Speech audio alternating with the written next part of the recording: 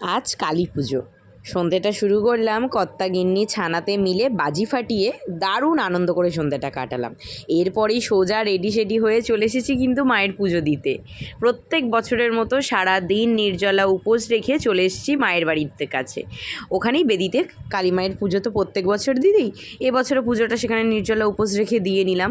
যদিও ঠাকুরমশাই আসতে অনেক দেরি করেছিল, রাত 10টার সময় ঠাকুরমশাই এসেছিল। অঞ্জলি মিটতে মিটতেই বেজে গিয়েছিল 12:30। এরপর অঞ্জলি মিটিয়েই আমি চলে এসেছিলাম মায়ের কাছে। এখানে মা লুচি তরকারি করে রেখেছিল, খাওয়া দাওয়া মিটিয়ে আমি চললাম সোজা বাড়ির উদ্দেশ্যে।